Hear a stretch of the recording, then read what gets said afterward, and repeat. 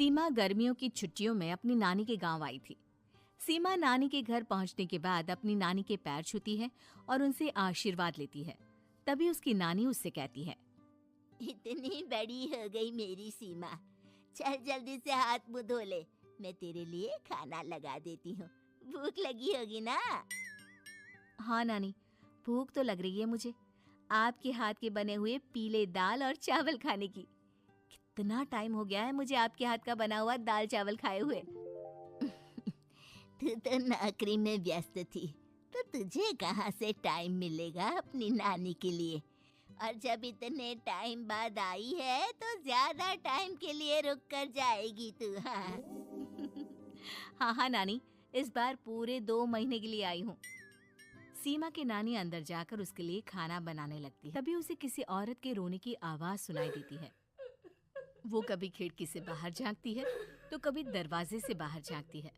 उसे समझ में नहीं आ रहा होता है कि आखिर रो कौन रहा है। तभी नानी खाना लेकर आ जाती है। वो अपनी नानी से कहती है, नानी, कोई औरत रो रही है क्या? मैं जब से यहाँ आई हूँ तब से मुझे यहाँ किसी औरत की रोने की आवाज आ रही है। हे भगवान, कहीं ये वही तो नहीं? बोलो ना नानी। अरे कोई नहीं रो रहा, ये तेरे मन का वहम है। ऐसे ही अगले दिन सीमा अपनी नानी के साथ गांव के बाजार जा रही होती है। उसी रास्ते में फिर से किसी औरत के रोने की आवाज आती है।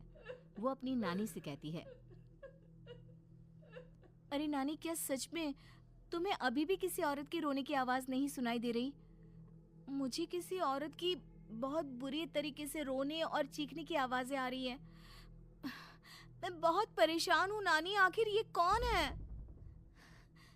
मुझे लगता है कि सीमा को शहर भेज देना चाहिए, यहाँ रहना उसके लिए ठीक नहीं। नानी बोलो ना, आप चुप क्यों हो जाते हो? सीमा, तू घर चल, मुझे तुझसे बहुत जरूरी बात करनी है। सीमा, कल सुबह तू शहर वापस चली जाएगी। अरे अचानक? आखिर क्या बात है नानी, आप मुझे ऐसे जाने को क्यों कह रही हो? मैं बस जो कह रही हूँ उस पर ध्यान दे। तू कल सुबह यहाँ से चली जाएगी, और ये बात मैं कोई मजाक में नहीं बोल रही। तू कल जाएगी तो मतलब जाएगी। अरे नानी, चली जाऊंगी मैं, ठीक है, पर आखिर बात क्या है ये तो बता दो। मम्मी से कोई बात हुई है या फिर मुझसे कोई गलती हुई है जो तुम मुझे अचानक से जाने के लिए बोल रही हो? देख सीमा, रात बहुत हो चुकी है और मुझे इस बारे में कोई बात नहीं करनी। चल, अब चल के मेरे साथ सो जा। सुबह की बस पकड़कर तुझे शहर भी तो जाना है। उसे कुछ समझ में नहीं आ रहा होता है कि आखिर उसकी नानी उसे अचानक से गांव छोड़कर जाने के लिए क्यों कह रही है। ये सारी बातें सोचते सोचते सीमा की आंख लग जाती है और वो अपनी नानी के साथ सो जाती है। ऐसी ही आधी रात को सीमा को फिर से किसी औरत की रोने की आवाज सुनाई देती है। वो उस औरत की आवाज सुनकर बार बार करवटें बदल रही होती है और तभी उसे सपने में भी एक अजीब सी औरत की परछाई दिखाई देती है, जो इतना चीख चीख कर रो रही होती है कि सीमा डरकर उठ जाती है। वो पूरे पसीने पसीने हो रही होती है। वो अपने आसपास देखती है तो घर में बिल्कुल शांति का माहौल होता है। सीमा घबरा जाती है। वो अपनी नानी को जगाने की कोशिश करती है मगर उसकी नानी नहीं जगती। सीमा को फिर से उस औरत की रोने की आवाज सुनाई देती है। आखिरकार सीमा अपने आप को रोक नहीं पाती और वो घर का दरवाजा खोलकर बाहर निकलती है। आखिर ये माजरा क्या है? आज तो मैं पता करके रहूंगी। अब आवाज का पीछा करते हुए सीमा आधी रात को गांव के चौपाल के पास बने कुएं के पास पहुंच जाती है, जहां कुएं की चारों ओर बेड़ियां लगी होती हैं। उन बेड़ियों में लगे हुए ताले के साथ एक लाल रंग का कपड़ा और माता रानी का कलावा बंधा होता है। उस कुएं में से सीमा को किसी के रोने की आवाज आती है। सीमा परेशान हो जाती है। इस कुएं में कौन है? कौन है यहाँ? और साथ ही लोगों को जगाने की कोशिश करती है मगर किसी को भी उसकी आवाज सुनाई नहीं देती। अब सीमा खुद उस कुएं के पास की बेड़ियों और तालों को खोलने की कोशिश करती है और किसी तरह कुछ देर की मशक्कत के बाद सीमा उसको खोल भी देती है। और जैसे ही वो कुआं खोलकर उसके अंदर झांकती है, सीमा उस कुएं में गिर जाती है। इतने में उसकी नानी की नींद भी खुल जाती है और सीमा को पास ना देखकर नानी परेशान हो जाती है।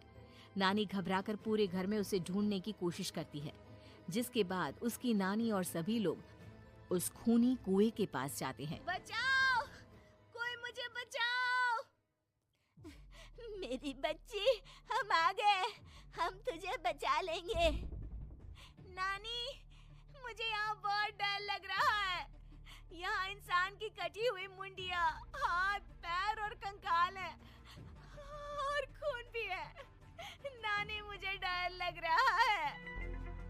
आप सब मेरी मदद कीजिए, नहीं तो ये खूनी कुआं मेरी बच्ची को भी खा जाएगा। अरे मुझे तो ये समझ में नहीं आ रहा कि आखिर इस खूनी कुएं को खोला किसने।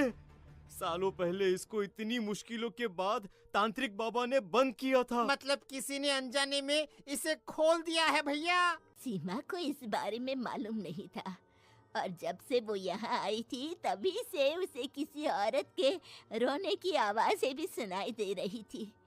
कहीं सीमा ने ही तो उसे नहीं खोला। अगर ऐसा है तो फिर सीमा का बचना बहुत मुश्किल है। वहीं कुएं के अंदर सीमा रोते हुए बैठी होती है कि उसे आवाज सुनाई देती है, जो कुएं के बाहर खड़े गांव वालों में से किसी को सुनाई नहीं देता। आज सालों के बाद मुझे ताजा खून मिलेगा। तेरा खून पीकर आज मैं अपनी प्यास बुझाऊंगा। कौन है? कौन है? मत मारो प्लीज, मुझे जाने दो प्लीज। मैंने किसी का क्या बिगाड़ा है?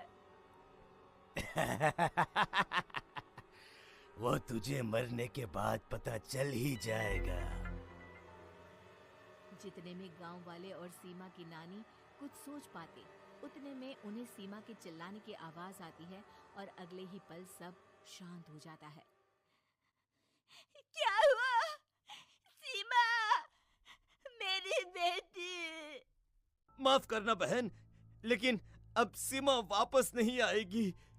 हमें एक बार फिर से कुएं को बंद करना होगा। गांव वाले तभी तांत्रिक को बुला कर लाते हैं। एक बार फिर अपनी शक्ति से तांत्रिक बाबा उस कुएं को हमेशा हमेशा के लिए बंद कर देते हैं और वहां एक बोर्ड लगा दिया जाता है कि यहाँ आना मना है।